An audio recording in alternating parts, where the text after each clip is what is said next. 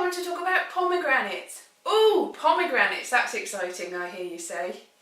No, I don't. But pomegranates, they have actually played quite a part in my life, in a way. When I was a kid, the only time I ever got pomegranates to eat was when we went up my grandmother's. So my maternal grandmother, I feel very close to her and think about her every time I see a pomegranate, because we used to go up her house, we get half a pomegranate each, me and my brother, and we'd eat it with a pin. That's the pin, you can't see it. And that's how we'd eat it. So that was a massive treat. It was about this time of year. This is the time they're in season, which is October, September, sort of the run up to Christmas. So she's dead now, and I feel sort of, oh, my grandmother. So that's really good. And the other time that I ate lots of pomegranates was in the first week of college, because I went a little bit crazy going off to college. And the method of my craziness wasn't a normal person's method of craziness. I just bought a load of fruit. I made the fruit into a pyramid of fruit, and I ate all the fruit. Not all at the same time, because that really would have been crazy. I did have to eat that fruit, make that fruit last, because the money that I was expecting to get through to pay for my college career for the first couple of months didn't come through. It didn't come through at all, and so all I had to eat was fruit, and I had a lot of pomegranates. See, I used to bring pomegranates into the college classes, into English literature or drama, and because it's not really practical to cut a pomegranate in half and use a pin to eat it, I would just tear them apart with my bare hands. Now, this became apparent was not a great thing to do after a couple of days, because I didn't realise that you can't eat the pith. I didn't realise that the pith actually turns your fingers very, very tough and yellow. It was looking like I'd been smoking 100 or so cigarettes every single day, which wasn't attractive. It gets under your fingers as well. And actually, I've bought 2 pomegranates the last couple of days, and foolishly did tear the first one apart with my fingers. So I've had to cut most of my nails off because there was pomegranate everywhere. Now, pomegranates are interesting. When I ate them a lot, I think they made me a bit, I don't know whether they've got hallucinogenic qualities, pomegranates, but I did start acting a little bit strange the first couple of weeks of college. There was all sorts of things going on, not least of which eating a lot of pomegranates. Somebody told me about the story of Persephone, or Proserpina, if you're going to go for the other saying of it. If you've ever seen any pre-raphaelite paintings, there is a picture of Proserpina, Persephone, with a pomegranate, looking very, she's got all curly hair, pre-Raphaelite, Titian colour hair, even though Titian wasn't a pre-Raphaelite, pre-Raphaelites have got Titian colour hair.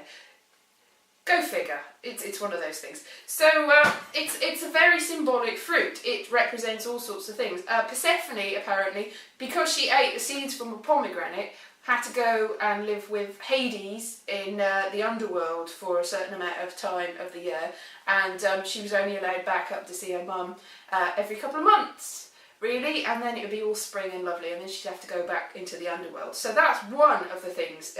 Don't eat lots of pomegranates, you'll go to hell. And also, I've heard recently that instead of an apple in the Garden of Eden, a lot of scholars say that it was actually a pomegranate, which is an awkward thing to have to give somebody. If you pick a pomegranate from a tree and you eat some fruit of knowledge, and give it to somebody else, it requires an awful lot of... If you haven't got a pin, and I don't think they had pins in the Garden of Eden, it's a quite difficult thing. It's not an automatic, you can't only eat it with your, it's not going to work. So it's not really the sort of fruit you go, yeah, I'm going to eat that, I'm going to give it to somebody. You just go, oh, it's a big pinky rock thing, throw it away. So I'm not sure of the practicalities of that, really. But it is a symbolic, deeply symbolic, spiritual, sort of bad spiritual, because they got kicked out of the Garden of Eden. Fruit of knowledge, I'm not sure you get much knowledge from it, but I will give you some knowledge now. Get you chucked out of the Garden of Eden. It's too late. By showing you how to eat a pomegranate in a way that's not going to get you having yellow hands for the rest of the year. It's a pomegranate, fruit of knowledge, apparently. So the best way to do it without getting your fingers yellow is to cut into it. And there you've got your pomegranate. So this isn't going to be particularly hard. All you've got to do is get a seed on the pin and then eat them bit by bit. This is a very, very complex and time-consuming thing. So you could be eating this pomegranate for anything up to 6 months before it's finished, really. I'm just going to eat my pomegranate, just one seed at a time. Stick the pin in, get the pomegranate, ooh, 2 seeds. Eat the pomegranate seed. Get the seed, eat the pomegranate, get covered in juice as it all spurts onto you. So, it's quite time consuming.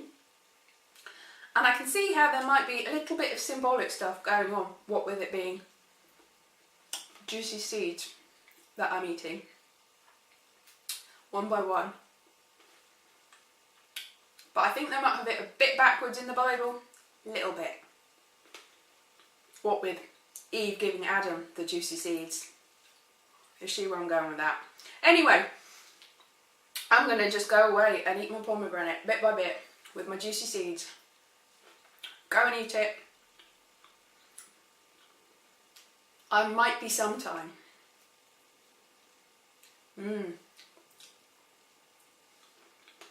Yum. Bye bye.